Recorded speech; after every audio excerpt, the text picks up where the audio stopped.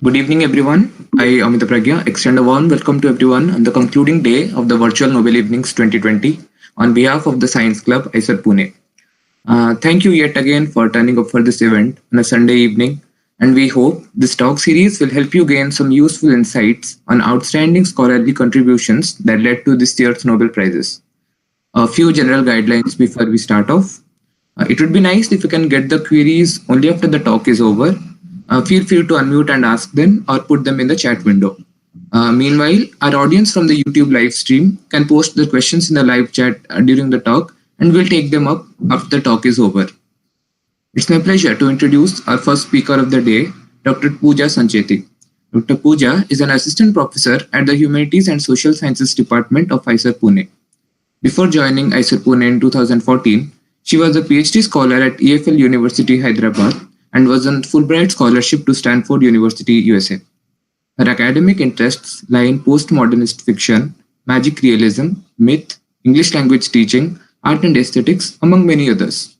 Now, I would like to invite ma'am to take over and deliver the first talk of the day on the Nobel Prize in Literature 2020. Thank you so much, Amit, for that very kind introduction. I must also add, I hope I'm audible. Just let me know if I'm not audible because sometimes... Yes, ma'am, you're audible. Okay, good, thanks. Sometimes the internet varies. So if that happens, just sort of put it in the chat box and I'll be able to see. So in addition to what you have so kindly introduced me as, I'd also like to give you a disclaimer that I am not a poetry person, okay? And which is why I would like to thank the Science Club that, because you asked me to do this talk, it actually forced me to look at a poet. I don't teach much poetry. I'm not very comfortable with poetry. So I'm glad for this opportunity because I actually looked up her work and read, what some academic critics have said about her and so on. And so I think it's been sort of a different kind of an experience for me. Okay, so I'll try and do my screen share, and I've had several problems with this so far. So just give me 1 second. Let me try. Yes, it's working.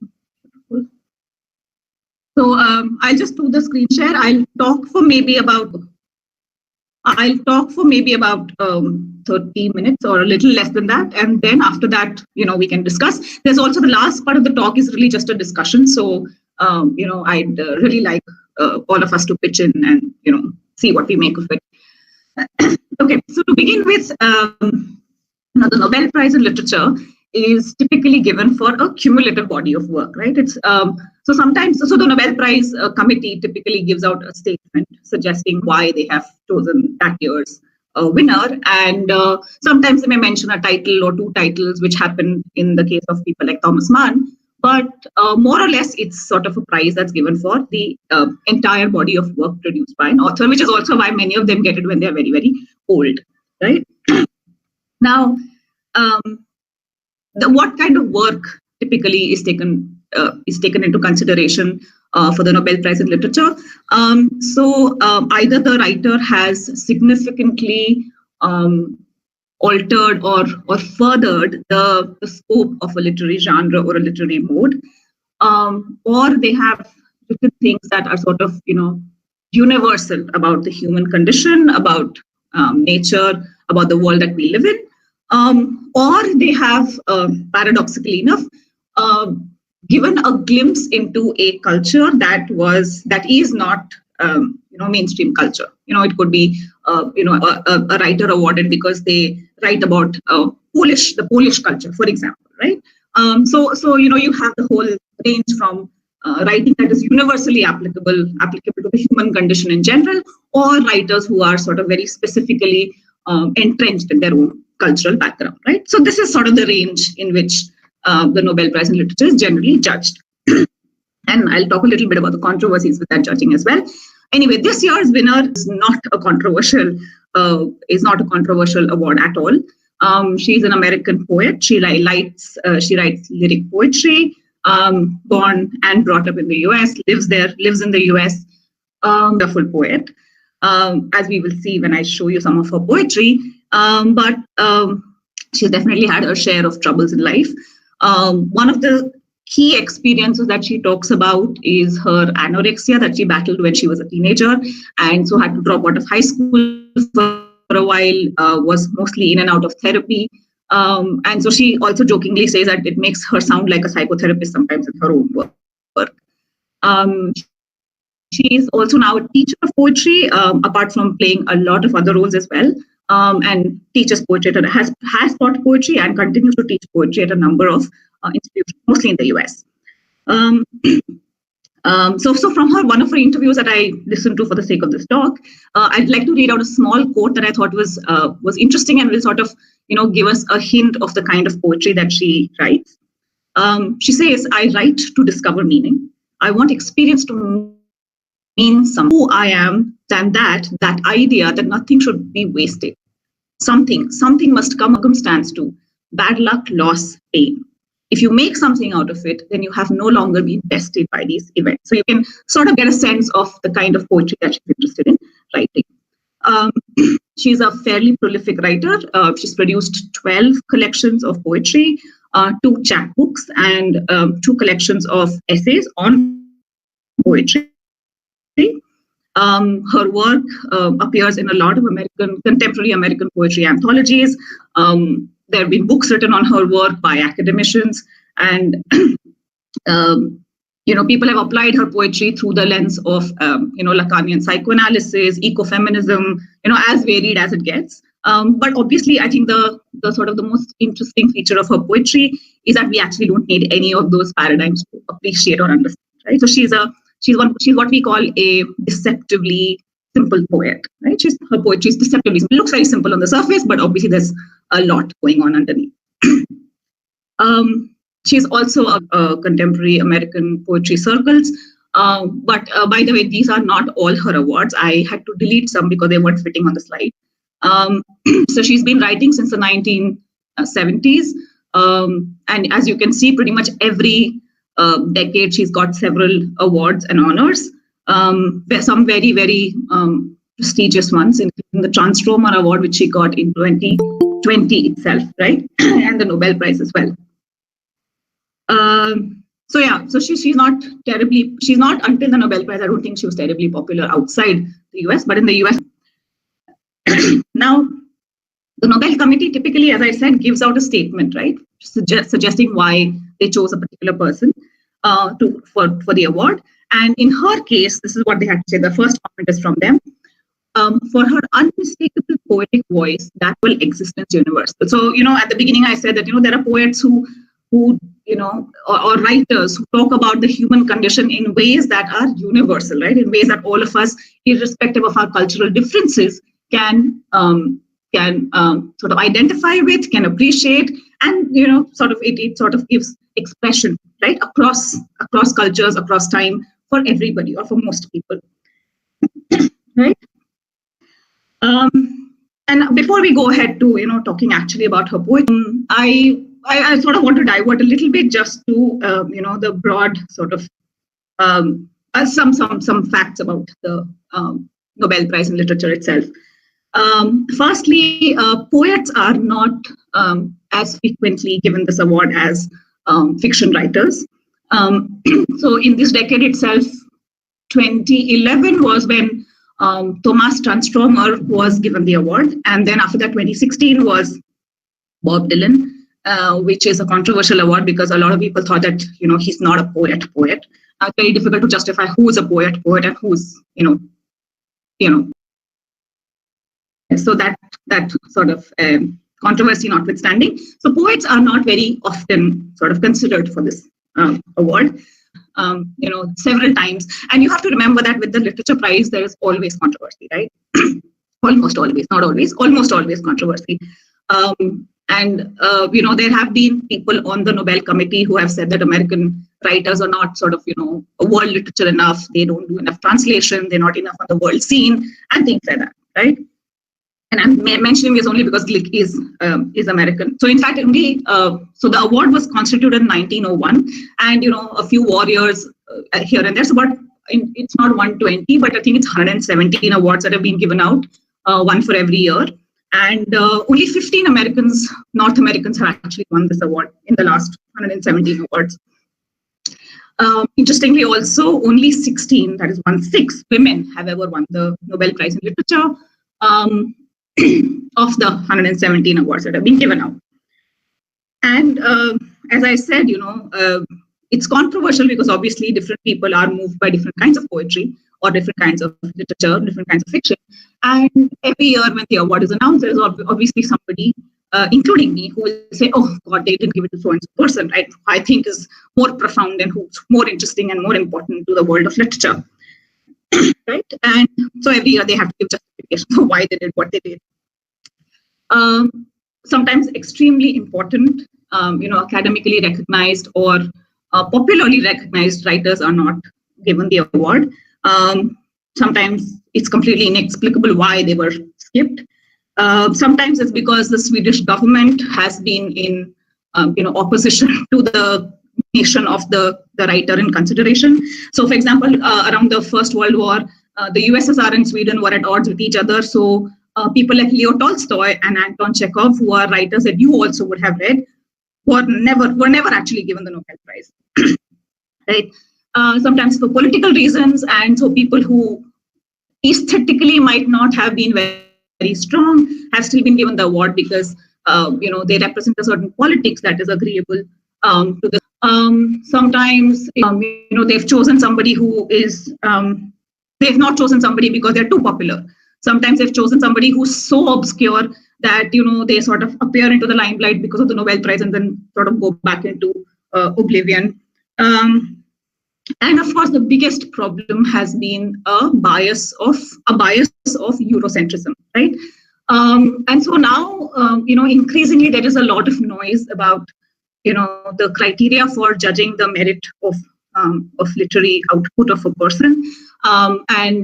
People are saying, for example, how do these, this committee, which consists of sort of, do they sit and judge the profundity or the formal or the aesthetic value of, let's say, a poetic tradition of Indonesia, right? They won't know anything about it. How do they judge that it's bad and not worthy of an award, right?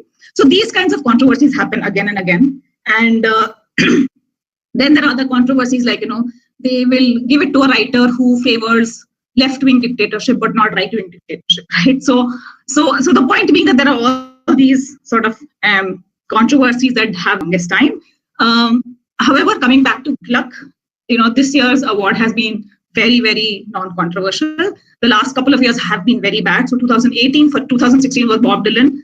2018, they skipped the award because there were allegations of sexual harassment against the husband of one of the committee members. Then they gave 2 prizes in 2019 to compensate for that. One of them went to Peter Handke, who apparently is sympathizes with Milosevic, who's a known war criminal. So it's also I think the point I'm also trying to make is that the award goes beyond just politics of the author and so on as well.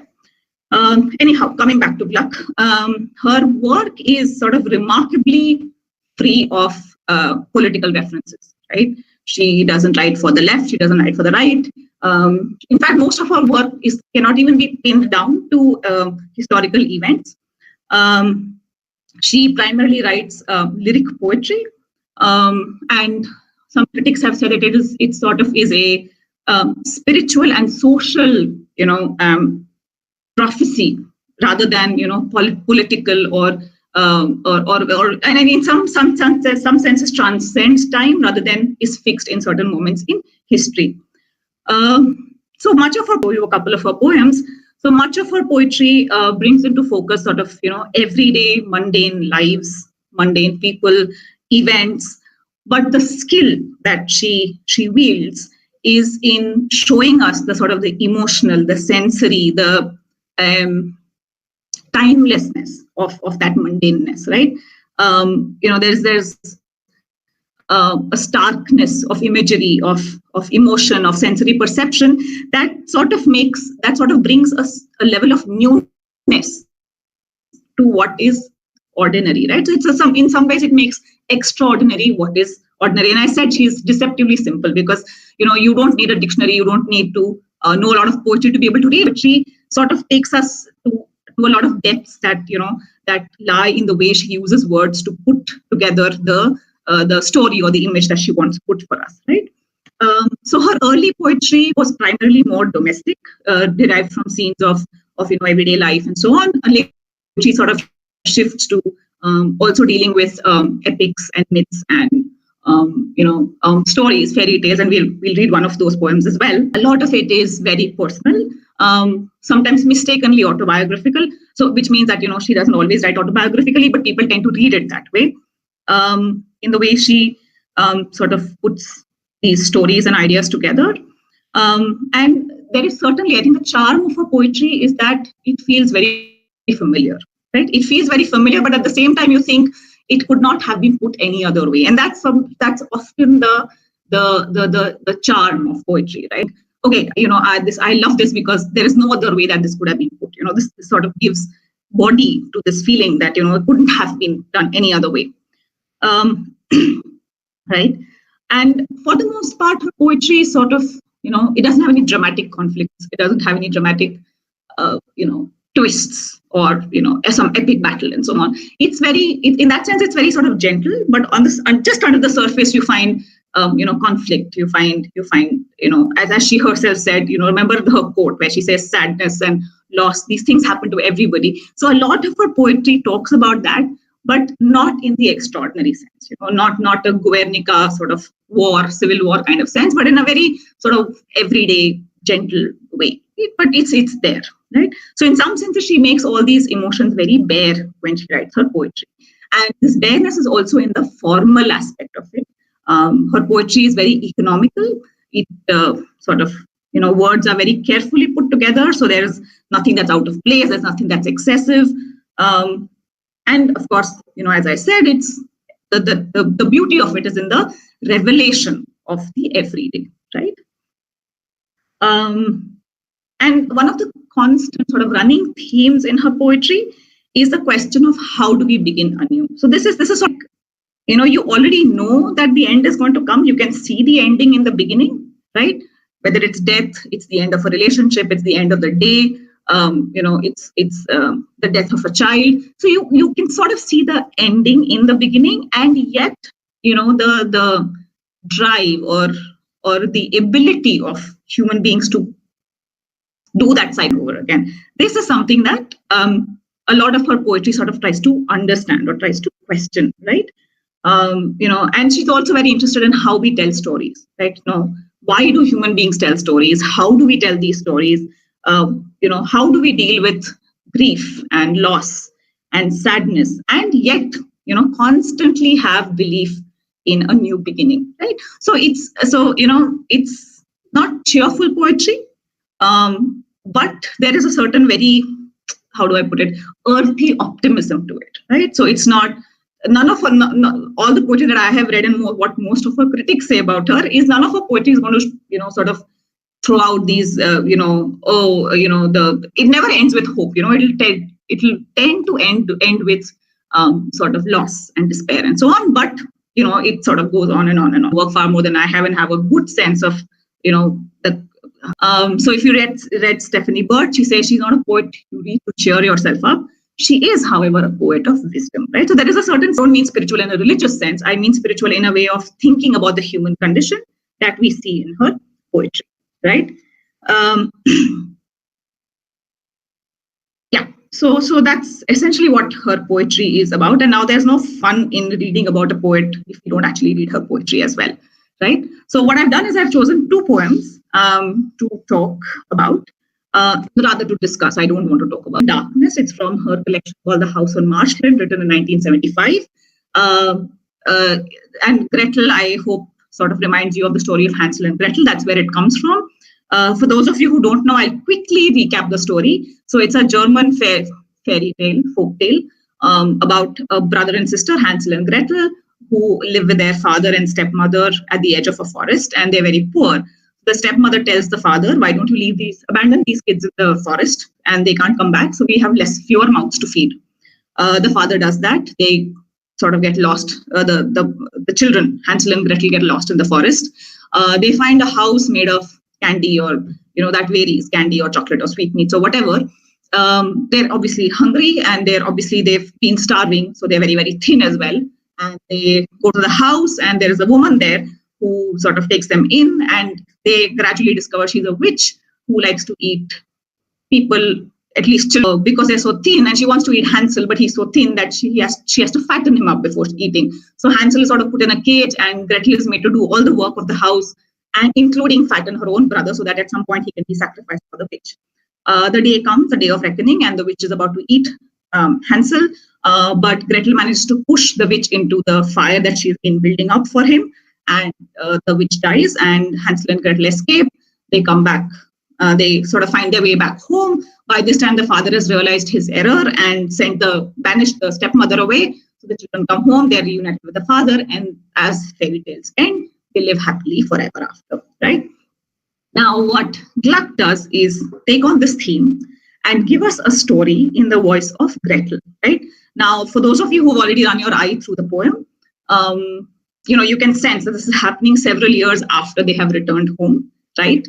And the point of, not having got over that trauma, right? So this idea of live happily ever after, in Gluck's view, is not, it's not feasible.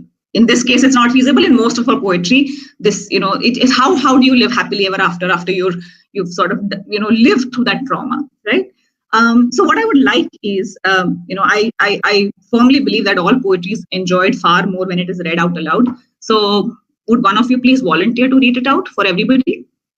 I'm really bad at reading poetry. Anybody? So I'm on full screen, so I can't see if you've raised your hand. So just if you're keen on it, just sort of unmute yourself and read it out, please. Otherwise, you'll have to hear my voice for another 2 minutes. Anyone? See, it's not very difficult, right? It's not like you're going to stumble over words. Yeah. Did I hear a sound?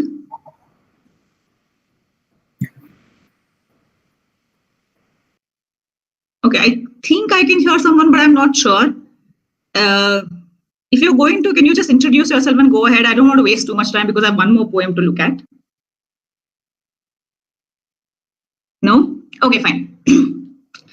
Why don't we all do one thing? Why don't we read it aloud to ourselves? That might be the best way to go about this. And I'm going to try and read it out as well. And if I spoil the poem for you, I'll do that. I gave you a chance. So the poem is called Gretel in Darkness. This is the world we wanted. All who would have us dead are dead. I hear the witch's cry break in the moonlight through a sheet of sugar. God rewards.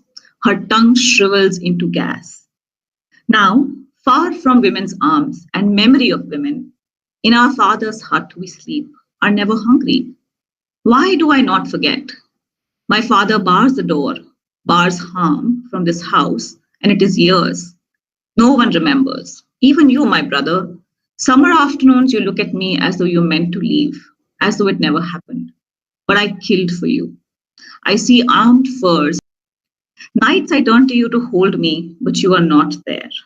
Am I alone? Spies hiss in the stillness, Hansel. We are there still, and it is real, that black forest and the fire in earnest, right? What I have one more poem, but I'm not sure if you want to discuss it one by one and then, okay, fine. Why don't I show you the other poem also and then we go fit.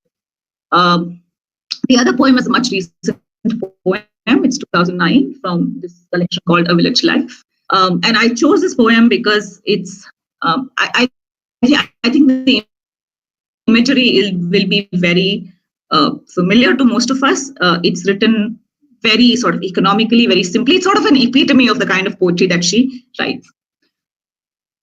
All day he works at his cousin's mill. So when he gets home at night, he always sits at this one window, sees one time of day, twilight. There should be more time like this to sit and dream. It's as his cousin says, living takes you away from sitting.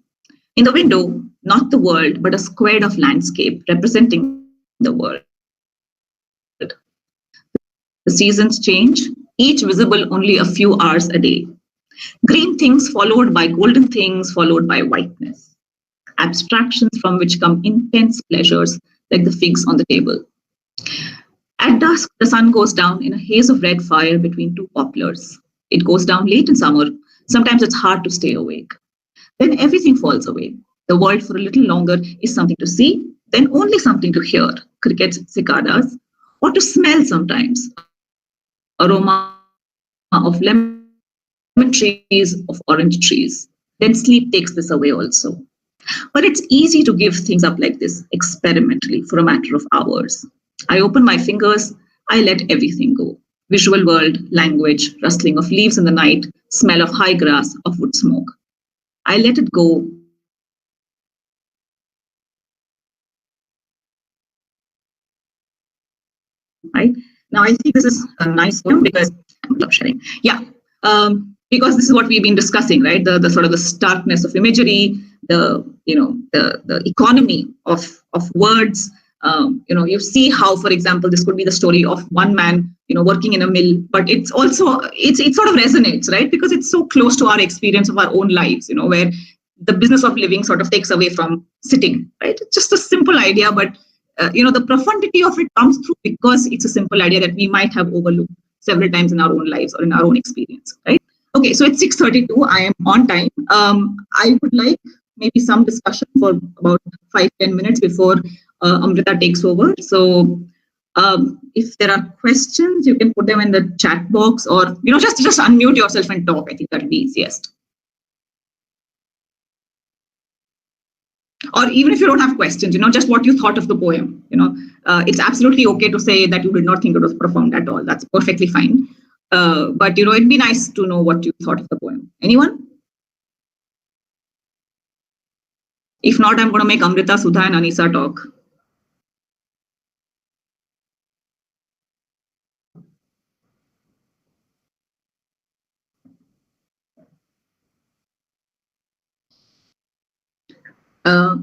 There is something. Okay, there is nothing.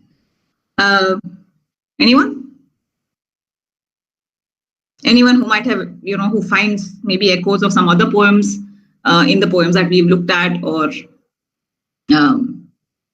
if you have some questions about the Nobel Prize in Literature in general, or the controversies of the award, I'd be more than happy to answer.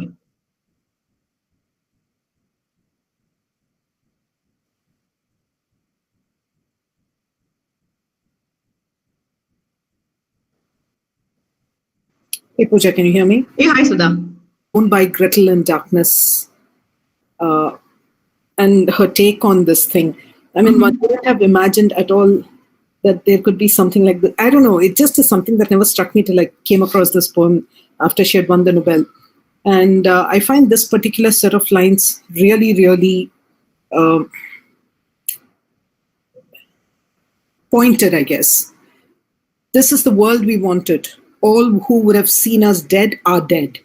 It's just amazing. The thing that you mentioned about how she almost gives away what it is at the beginning itself and then works her way to build up on the other stuff. I mean, it's just amazing. I'm looking forward to reading more of her poetry. It's just special. And of course, the village poem, A Village Life, you can absolutely imagine yourself in that village. I'm sure your village is different from mine, but the vividity of the scenery, I'm sure if we could paint and all of us were equally good at expressing ourselves via painting, we might probably end up painting very similar looking village scenes is what I feel when I think about that. Yeah. So thanks for the second comment, Sudha. So yes, a lot of critics have found her poetry to be very close to the school called Imagism, which excels in exactly, painting a picture with words, So a lot of poets have seen reflection. A lot of critics have seen reflection of Imagist poets in the way she constructs her poetry. And I think also going beyond just a village, right? I mean, all of us sort of stuck in this, business of living, what do we get in terms of reflection or in terms of, looking at the world around us, So there's several, I think, ways of reading the poem. But yeah, so Gretel in Darkness blew my mind as well, because, there's been a lot of sort of discussion and criticism, or not criticism, well, sort of thinking about how, when fairy tales say happily ever after, that's sort of like it's not a realistic ending at all. But I think the way she does it and the way she sort of depicts the trauma of this girl who's murdered somebody, right? And then feels abandoned by her father as well, by her brother for whom she did this act, right? Correct. And I think that's very striking to me as well. I wonder what she's referring to when she says spice hiss in the stillness, Hansel. I don't know what is she referring to the dark memories as spies or what? Or maybe just a witch, I'm not sure. I think it could be either, as you said, it could be her own sort of trauma and memories not letting her be, but it could also just be like, the embodiment of that fear, which is a witch, who used to live in the hill, who is still haunting her memory. Mm-hmm. Yeah. Beautiful. Great. Pooja, I had a question about, because you said you can ask about the prize itself. So I'm going to ask you something about that. Okay. So no, I was actually, why I'm even thinking about it is because I myself was trying to read up the idea of, the Nobel Peace Prize, like, why and how. And the statement about the institution of the Literature Prize is very interesting. I mean, I remember, I have it in front of me because I was reading it for the Peace Prize also. So it says, one part to the person who, in the field of literature, produced the most outstanding work in an idealistic direction. So that I just thought was a very interesting use of words for literature, for a prize in literature. And so what is your interpretation of that, and how often does it come true or hold true in the prizes that have been given? So I think it's a good thing that the Peace Prize and the Literature Prize are happening on the same day, because of the several Nobel Prizes, those are the two most mired in controversy for the most part. So I think what they meant by the whole idealized direction is sort of acknowledging that the real world is really bad, and literature can show us a way out of it, right? It's some sort of I don't know, and a path of how to deal with our own misery, or to deal. And I think they meant like more sort of global misery rather than individual misery. Individual also, but also global, right? War and dictatorship. So a lot of times there, the awards have gone to people who have written against dictatorships, against tyranny, against fascism. Alexander Solzhenitsyn being an excellent example of that. Interestingly, Elie Wiesel, who was a Holocaust survivor and wrote novels and poetry, was actually given a Peace Prize and not a Literature Prize. How often this happens, that it moves towards an idealized, it definitely, I think every example that I can think of in literature perhaps illuminates the human condition. I don't think all of them necessarily show us the way to a better human world. I don't think that happens.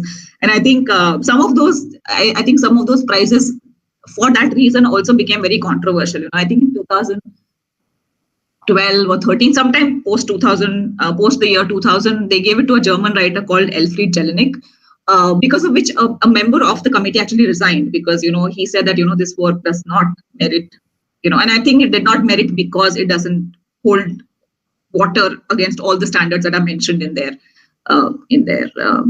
motto. Having said that, I think a lot of the writers, are.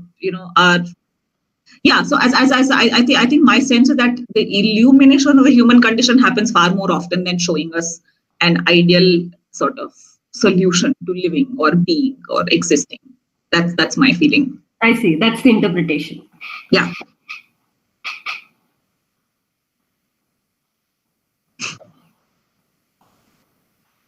Okay, so if that's about it, then I'd like to stop because it's 6:40. Maybe everybody needs a 5-minute break, and then Pooja, I think there's a question in the chat or a comment in the chat.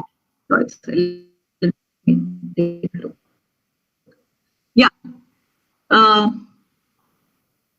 So Vishaka said, I'm going to read it out just for the sake of sort of conversation. I just thought that it is a beautiful way that writers these days try imagining a well-famous story in the perspective of a character from it. It's amazing to see the difference that arises from changing a perspective. Absolutely. And I think she does this. She does this with a lot of her work. She's also looked at, for example, Odysseus and Penelope, characters from Homer's Odyssey.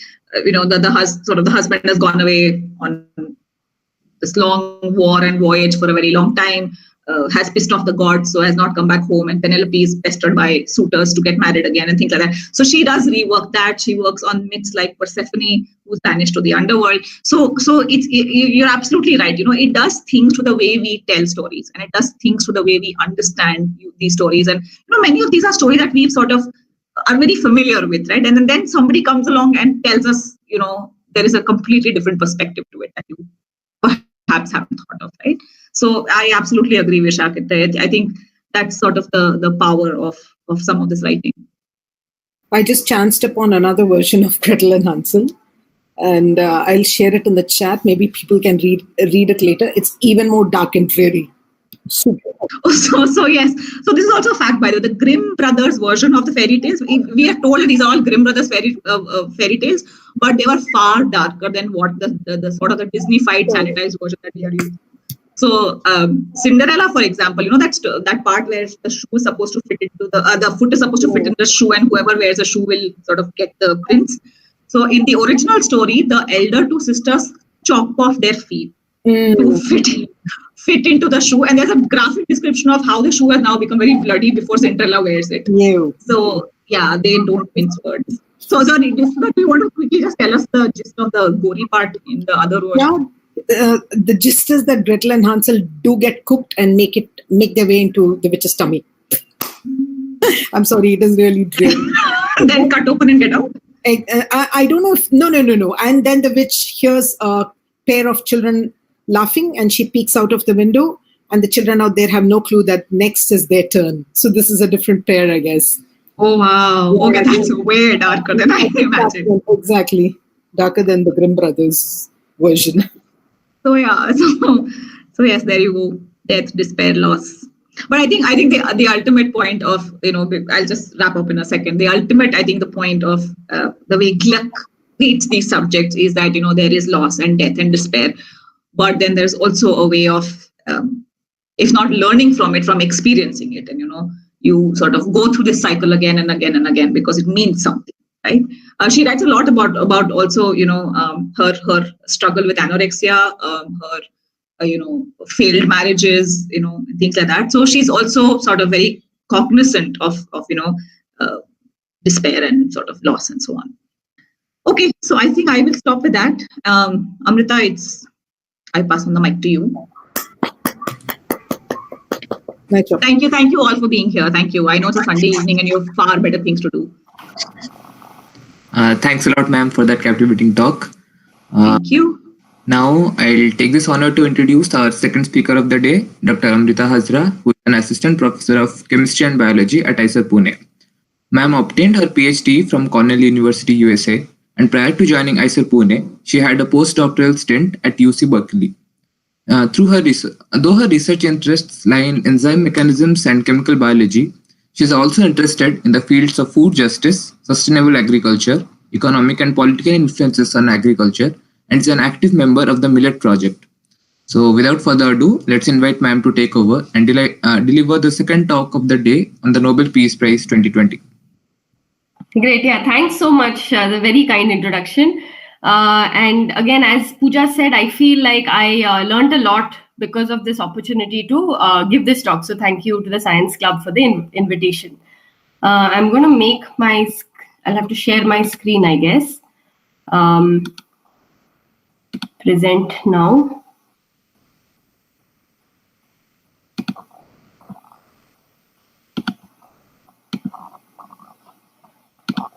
Is my screen visible to all?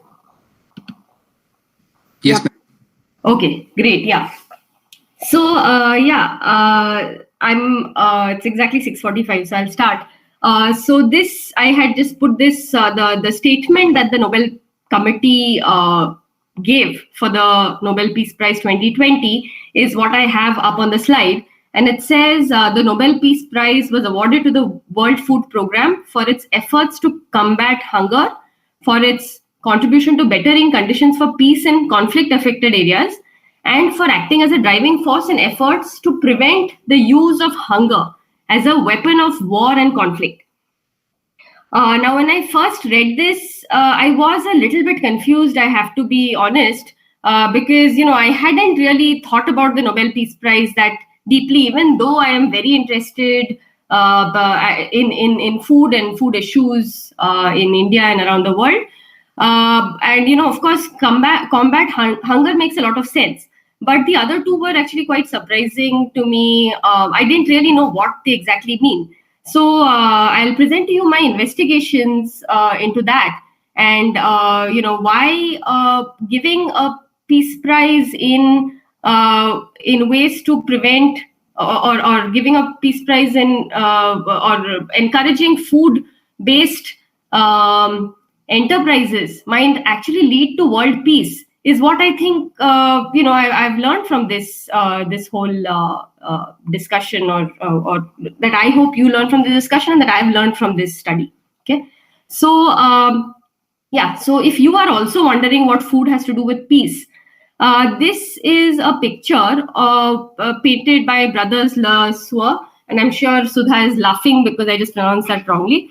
But it's a picture of the French, around the French Revolution, of the bread famine and the pawnbroker. And I have cropped the pawnbroker whose picture was somewhere here because I wanted to focus a little bit on the bread famine, the picture showing the bread famine.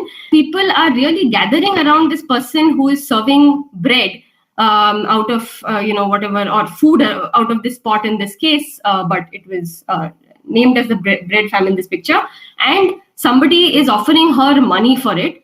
And this money, the interpretation of the picture is borrowed from the pawnbroker. So basically, it's so precious, this the food that they're getting in this picture. So French Revolution 1789 was there's a large aspect of that which was apparently driven from the lack of access to bread and salt, believe it or not. And two of the most essential elements of French cuisine, bread and salt, were at the heart of the conflict. Bread in particular was tied up with the national identity.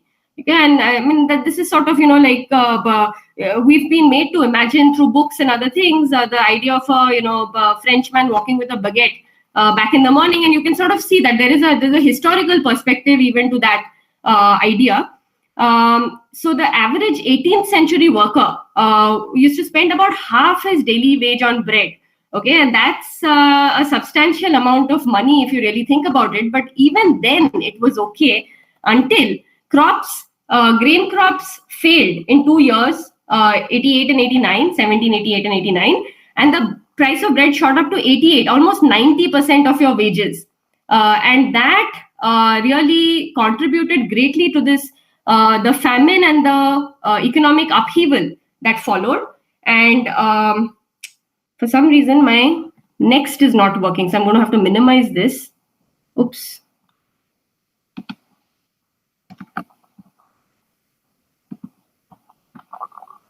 Sorry about the interruption. Hey, Amrita, yeah. If you share your full screen, if you say basically present full screen, right? You can then go into the presentation mode and stuff. Present full screen. Yeah. Oh, it wasn't showing full screen until now? No. It was showing full screen. What I mean to say is there are 3 ways of sharing, presenting. Got it. Under a particular specific thing or your whole computer. So if you do the computer version, you can basically go into the presentation mode. So this is the computer version, Sudha. I think that's why I just moved around that little tab that says hide your thing, and it. That's funny. Okay, just try clicking on the slideshow again. Yes. So is this now in slideshow mode? It is. Okay, good. So this was the animation that wasn't coming up. The cause of the French Revolution were more complex than the piece of bread or unfair taxes on salt, of course, but both significantly contributed to the rising anger towards the monarchy, is what is sort of thought about, and I've read it in multiple places at this point, pointing towards how absolutely important food can be, and how it can really rile up people and rile up the civilian. That is I think the bigger thing. Okay. The other example, this is again a very famous example, and again 2 pictures, one a photograph and one a painting. I put both of these up. These are from the siege of Leningrad, which is now known as St. Petersburg, in Russia, Leningrad in the Soviet Union. The siege lasted from 1941 to 44. And I sort of found these 2 pictures very interesting because look at the expression on the photograph versus the picture.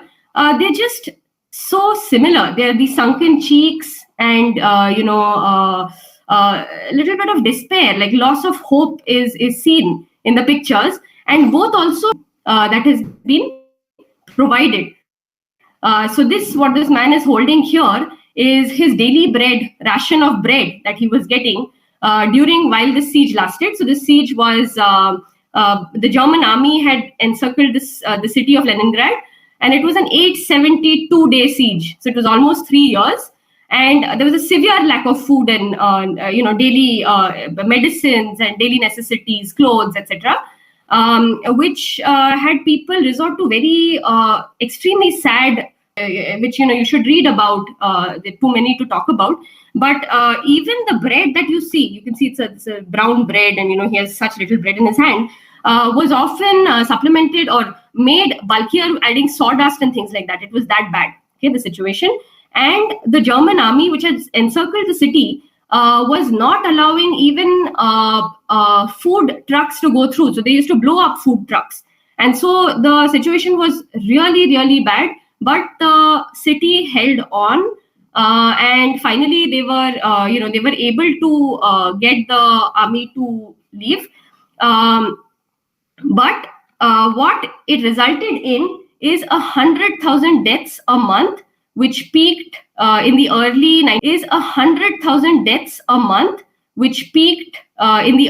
1942, which was the winter months, and they were mainly due to starvation, and a lot of people perished. Okay, and this I feel is a unacceptable situation.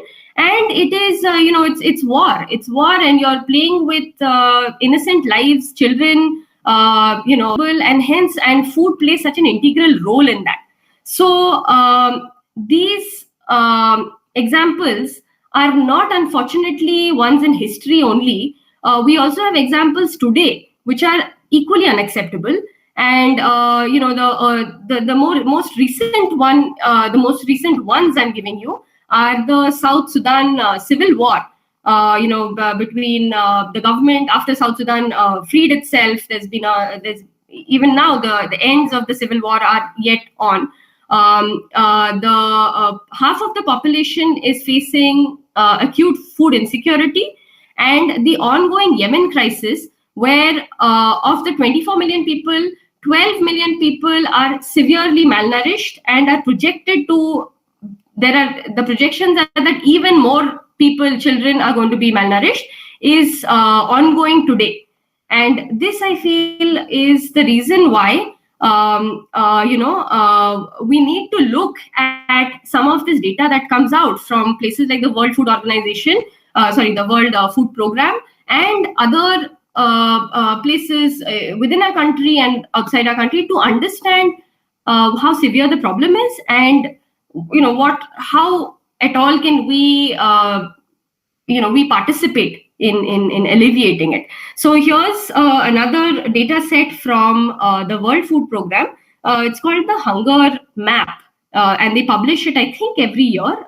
This is the data from this year, and you can see that there's a gradation, and the ones that are colored this teal blue are the ones that have less than 2.5% people suffering from chronic hunger. And even that is not a low number. 2.5% is 2.5 people in 100 people are suffering from chronic hunger in the countries that are labeled blue. And it's not great at all. But there are more than 35% people suffering from chronic hunger in the countries, the ones that are shown with the dark color. This is Chad, this is Madagascar. But what is interesting is there is no data available from Yemen or South Sudan. And so it's probably even off this charts. It's probably going to be a much, much darker shade of maroon or black or whatever it would be the next data indicator. Okay, so that is how, in spite of the Green Revolution, in spite of so many measures, food production and dissemination, there are countries today in the world that we live in where more than 35 out of 100 people are chronically hungry. Okay. So with that, I'm going to move on to the World Food Program, what they are, and why at all they might deserve the prize that they have won. So the World Food Program, this is from their website, works to help people who are unable to produce or obtain enough food for themselves and their families. This may be under an emergency situation or as an everyday necessity. So this is their job is not only to look into these conflict areas, etc., but also to make people's lives better with respect to food. And also in their founding statement, it is written that once all food problems are solved in the world, that this World Food Program will just dissolve. They'll dissolve the group. So I think everybody in the world is probably hoping that day arises once, because it's even written into their mission statement, except probably the employees who will be jobless. But no, I shouldn't say that. I'm sure they are also hoping that the problem is resolved and that nobody goes hungry. But this is their mission. This is their description, and the core policies and strategies that govern WFP activities are to food aid, to save lives in refugee and other emergency situations, to improve the nutrition and quality of life of the most vulnerable people at critical times in their lives, and thirdly, to build assets and promote the self-reliance of poor people and communities. So these are their sort of main goals. And what which I had highlighted in the first slide, sort of match, and I'm going to say they match one-on-one here. That to save lives in refugee and other emergency situations sort of matches up with bettering conditions for peace in conflict-affected areas, and providing nutrition, improving quality of life, sort of matches up with combating hunger on an everyday basis, and building assets and promoting self-reliant communities probably acts as a way to avoid using hunger as a weapon of war and conflict. So this is, I think, where I draw an equivalence between what the World Food Program is doing or is supposed to do with what the Nobel Prize citation is. And now on, I'm just going to give you a few examples of what work has been done, and then look at more contemporary times, some from earlier, to understand this role better. I'm just going to give you a little bit of history, just because it's interesting. I mean, now that I've read up about it, and I thought some things were interesting. So, the U.S. President Eisenhower in the 1961 proposed the formation of the World Food Program. It's a part of the United Nations. Its first assignment was immediately very close to its formation. It was 1962, the northern Iran earthquake, where 12,000 people died. You can sort of see the rubble in the background. This is a picture from there. The picture from the WFP Twitter page when they were reliving some of their history after they won the Nobel Prize. And they had existed for a matter of months, but they immediately were able to send a few metric tons of wheat, sugar and tea to Iran right when the earthquake had happened, which was very commendable at that point of time. They were established, or they formally started to work in 1963. They were doing it on a 3-year basis, and they had their mission statement at that point was what is written here. You can read it at leisure. Interesting. It wasn't necessarily clear where the funding would come from, and so different participating countries said that, okay, one of us will provide some commodities, somebody will provide cash, somebody will say, okay, we'll do some shipping services for you, etc. So that is how the funding happened. It was more organic at that time. Today, of course, the WFP operations are funded by voluntary donations, mainly monetary donations from world governments, corporations and private donors. This is an interesting point. I'll allude to it later on. So that's why I wanted to point it out here. Okay. The logistics, just if you are interested in ever visiting them, working with them, they are headquartered in Rome. They have 80 country offices around the world. They have about 90,000 staff, of which 90% are actually located in areas around the world, not in Rome. And they claim that their administrative cost is 7%. And this is one of the lowest and best among aid agencies, which is a claim that the WFP has on their webpage. This, I think, just to sort of think about the scale, to have a picture in my mind about the scale of the work. What would an organization with 90,000 staff do? On any given day, it has 5,600 trucks, 30 ships, and nearly 100 planes on the move. And they do actually have their own planes, because while I was browsing through pictures, I've seen pictures of the WFP labeled planes delivering food and other assistance. In 2019, it assisted 97 million people. That's a lot of people.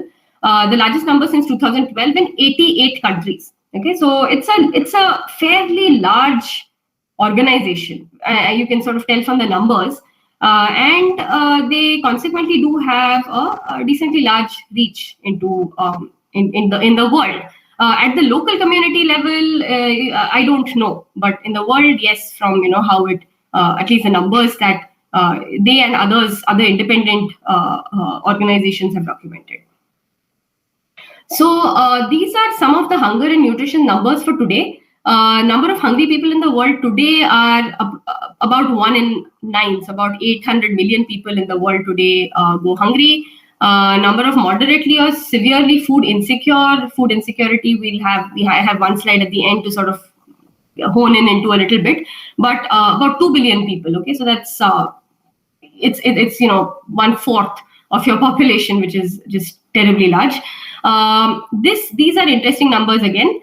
Babies born with low birth weight are about 1 in 7, but children under 5 who are affected by wasting or are overweight are about the same in number. So this is a strange problem of our times, that it's not that all that when you say malnutrition, it means that children are thin and lack nutrients. They sometimes just have the wrong nutrients, or they have the wrong food. And so you can have overweight or children who are wasted fall under the category of malnutrition. And that number is about equal in the world today. It's a scary thing.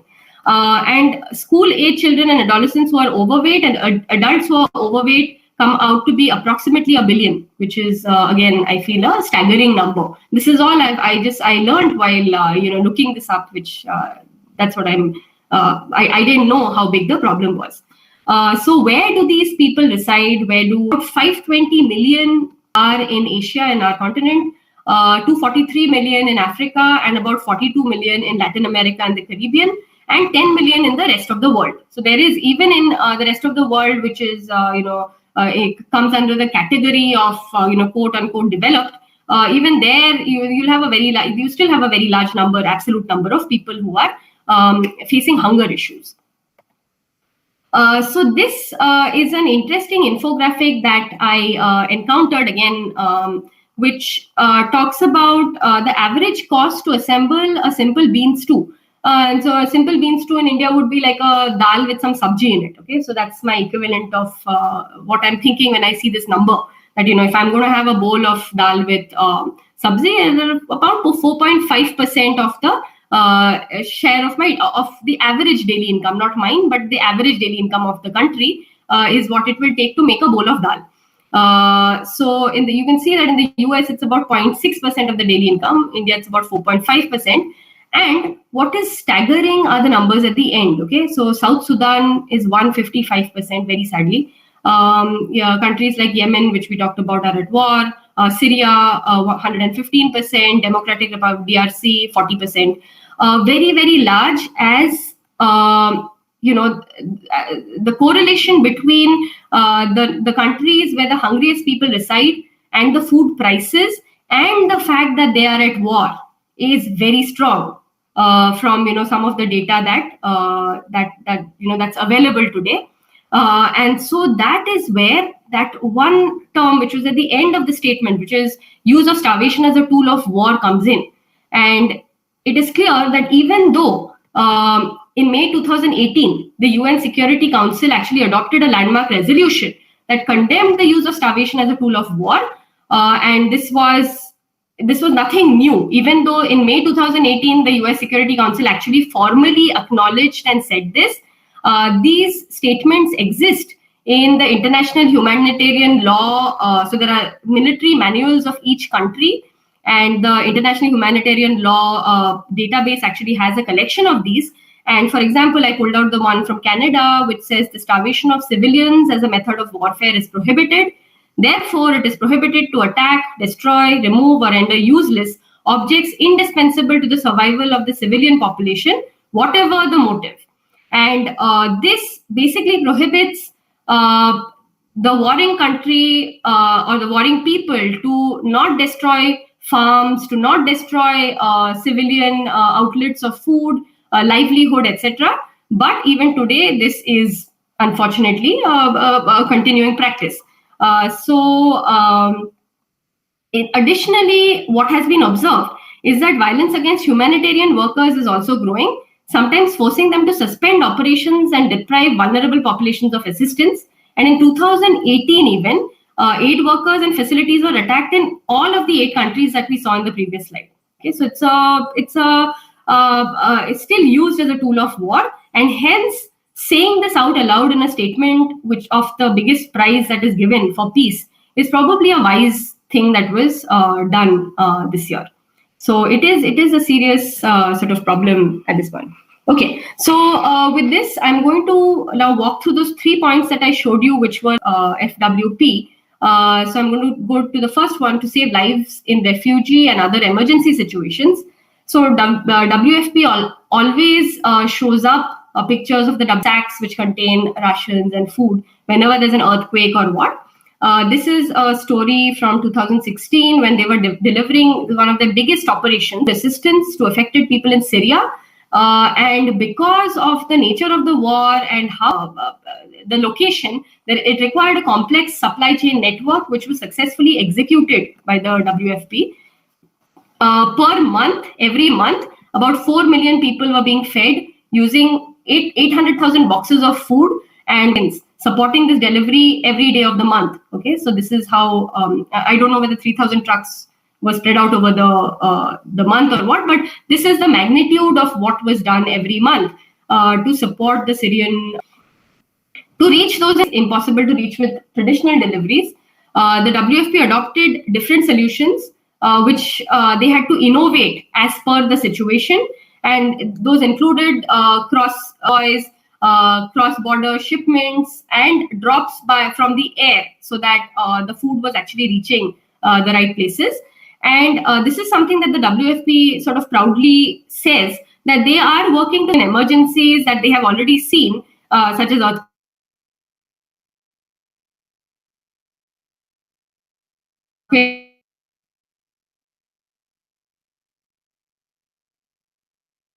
having to customize and help situated people at the grassroots level is very important. And they sort of strive to do that in their time where they are building resilience. Whenever there is peace, there is an ability to do it, they do that. Okay, so this is one of the examples that I thought was noteworthy. The second point in their mission, to help build assets and promote the self-reliance of poor people and communities, particularly through labor-intensive work programs times, which I thought were again impressive. This is March 2020 in Bangladesh. People are not yet wearing masks, as you can see. I think I'm hoping after that Cox's Bazar, which is where this picture has been taken, I hope people are wearing masks and going. WFP farmers pilot was done at that point, where women farming groups was fruits and veggies.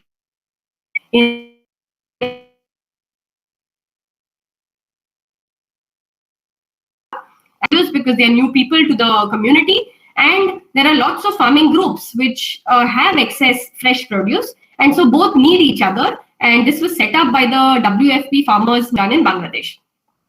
The second very interesting example, and I really like it because there's fermentation involved, and I really like fermentation. So kisra, which is a flat bread, it's a thin bread which is made up of sorghum, jawar. Her name is Sunday Albert, I think is what I read in the article. So she lost her livelihood of selling these kisra breads to a restaurant, and she used to earn the equivalent of $5 every day by doing that. She lost that income when COVID struck in South Sudan, along with, of course, recovery from the war situation and things like that.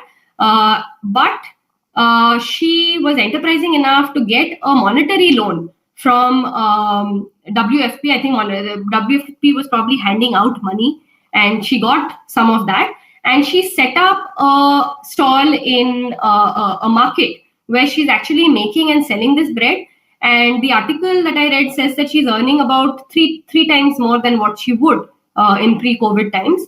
And that, I think, is, in this case, this one example is a success story. There are, of course, a lot of people who've lost their livelihoods, and not to undermine that, but the WFP has facilitated some such examples or some such things, have helped people at various levels. The third example, which I think I really liked, this is thoda sa extra because, but anyway, I'll tell you.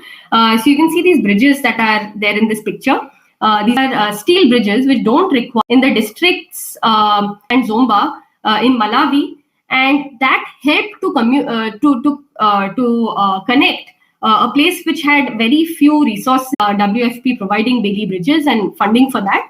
And they also now have access to better medical facilities and things like that, which is not directly related to food, but building resilience in communities. I feel will allow for communities to resist war-like situations. These sort of initiatives are very important because if the person is happy and independent and secure, they are able in ways that are valuable to the country and resist. They resist things as bad as war. Okay, so these are important things that the WFP does.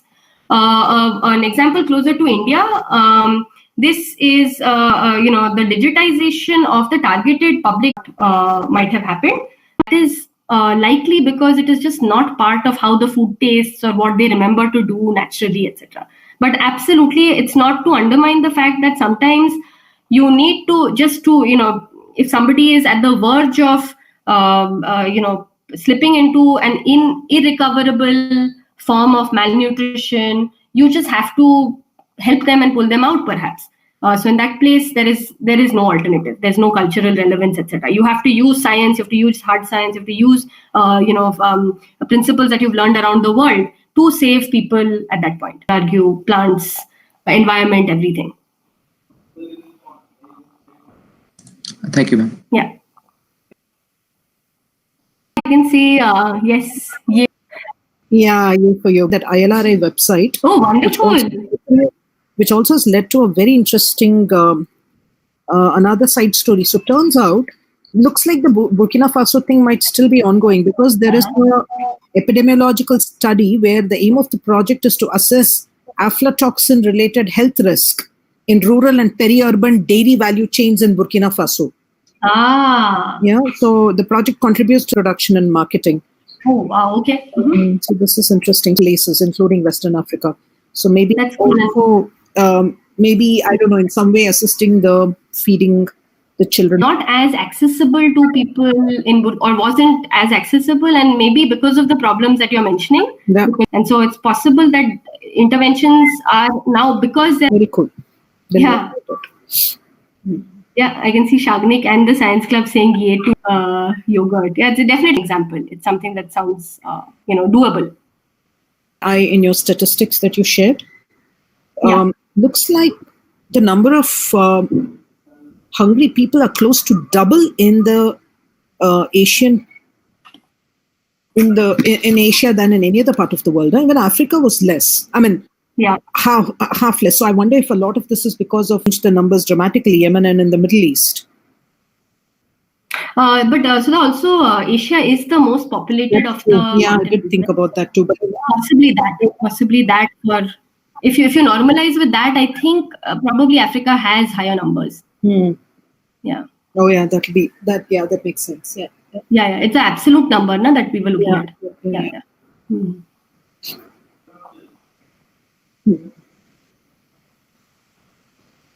All right. Any other questions? Anything? Any discussion, comments, experiences that you all might have had?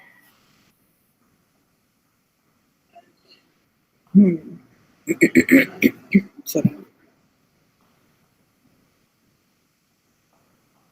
I am not on the YouTube channel, so I don't. If there is anything there, Rapti or Amit, if you're. Oh yeah, this is streaming on YouTube also, right? Yeah. I'm wondering if everybody's hungry or something. The silence is deafening. I know. All right. I think, yeah. Yes. Hey, can I just make a comment? Yes, Pooja. Thank you. That was a very nice, very informative talk. Clearly, you did a lot of research. So that example you gave of the French Revolution, where bread and salt were such sort of scarce and expensive commodities. Yeah. So this thing called economic botany, which is colonialism sort of engendered a certain kind of botany. So breadfruit, which used to grow in Tahiti, was saplings of that and seeds to be grown, and then those saplings were sent to the Caribbean islands where the slave trade was flourishing, where slaves from Africa were being sent, and that was being done for food security, so that there's enough starchy food for the slaves, so that they don't tire out, so that basically avoid starvation, make them work as hard as possible. Yeah. So this whole there's this whole idea of how plants have traveled across the world several times for the sake of imperialism and colonial economy. Revolution, I thought of that, and how the Kew Gardens themselves in London were set up to have a sort of backup, so that there is no similar conditions as the French Revolution, and hunger doesn't become a reason for people to revolt against the. Wow. So that's the lesson that they took, from the French Revolution. Stuff them with carbs so that they don't revolt. At least they won't revolt. They'll have malnutrition but no revolt.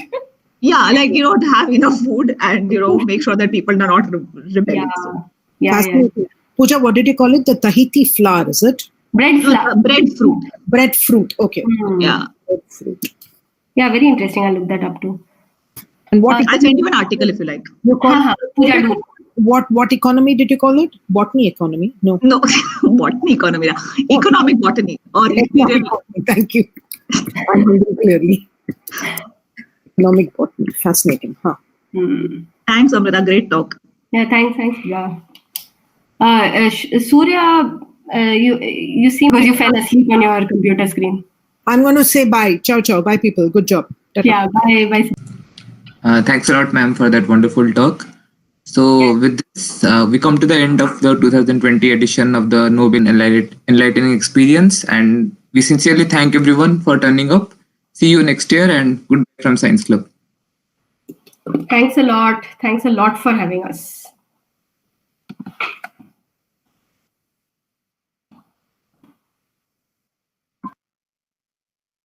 Great. Thank you, Science Club organizers. This was lovely. Thank you. Bye.